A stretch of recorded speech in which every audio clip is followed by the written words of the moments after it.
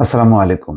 বেনজির এবং আজিজকে নিয়ে বিরোধী দল যত বেশি বলার চেষ্টা করছে যে এটি সরকারের সৃষ্টি, ফ্রাঙ্কেনস্টাইনের দানব, এখন দল সরকারকে বা দেশকে কুরে কুরে খাচ্ছে, তত বেশি একটা কোণঠাসা অবস্থা সরকারি দল বা ক্ষমতাসীনদের জন্য।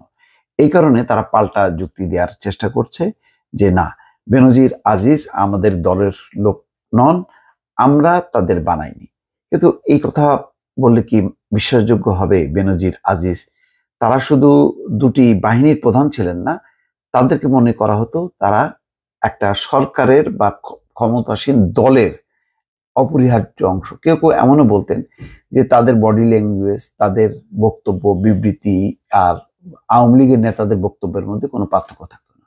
একই কায়দায় তারা ভাষণ দিতেন।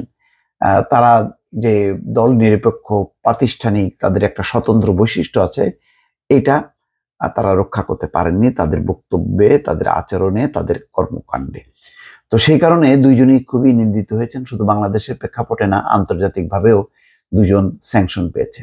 এটি দুই বাহিনীর জন্য, যেমন র্যাবের জন্য, পুলিশের জন্য, সেনাবাহিনীর জন্য খুবই লজ্জাস্কর ব্যাপার এবং একই সঙ্গে মানবতা লঙ্ঘন, অর্থাৎ মানবতা বিরোধী কর্মকাণ্ডের জন্য স্যাংশন বেনজির, আর দুর্নীতির দায়ে অভিযুক্ত হয়েছেন আজিজ।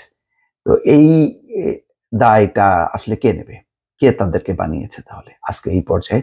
বেনজির আহমেদ তো মানে পুলিশ কমিশনার থেকে শুরু করে এমন কোনো পদ নেই, গুরুত্বপূর্ণ পুলিশের সমস্ত পদগুলো তিনি মানে সেই দায়িত্ব পালন করেছেন বা সেই পদে তিনি পদায়িত ছিলেন।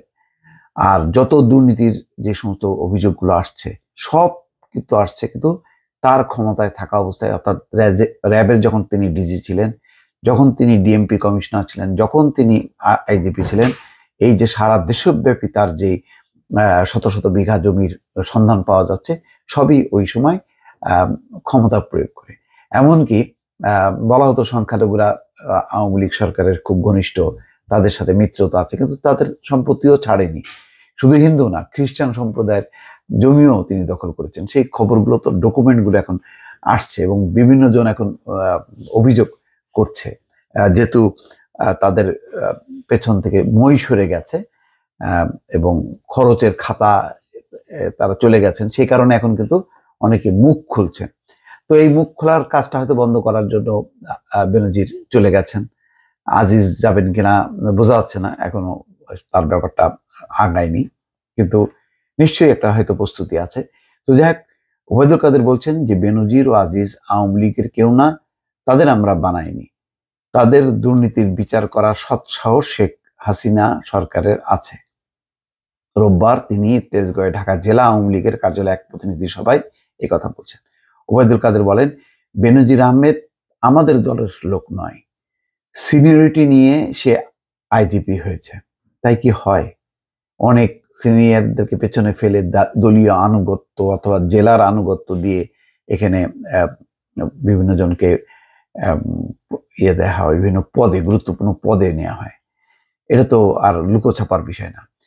আজিজ আহমেদও আমাদের দলের লোক নন, সেনা প্রধান হয়েছেন নিজের যোগ্যতা ও সিনিয়রিটি নিয়ে, আমরা তাকে বানাইনি।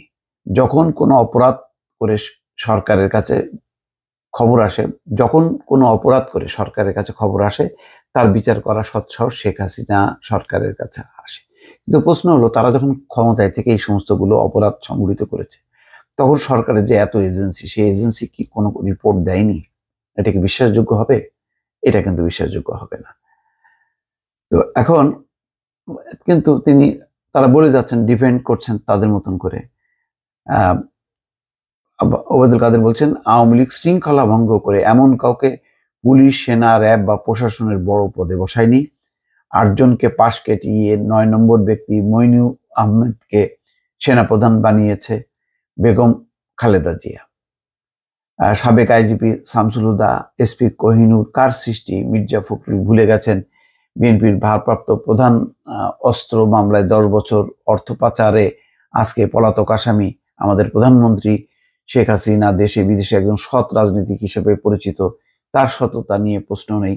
যাক, আর এক লাইনে কথা বলছে। এখন ব্যাপার হচ্ছে কি, এখন এই বিষয়গুলো যখন আসছে, তখন বিএনপি 15 বছর আগে 20 বছর আগে কি হয়েছিল সেটা বড় কথা, হ্যাঁ সেটা আসবে, কিন্তু কারেন্ট এই ঘটনাগুলো এখন যে চোখে আঙুল দিয়ে দেখানো হচ্ছে, আজিজ এবং বেনজির আহমেদকে নিয়ে কি বিতর্ক এখন?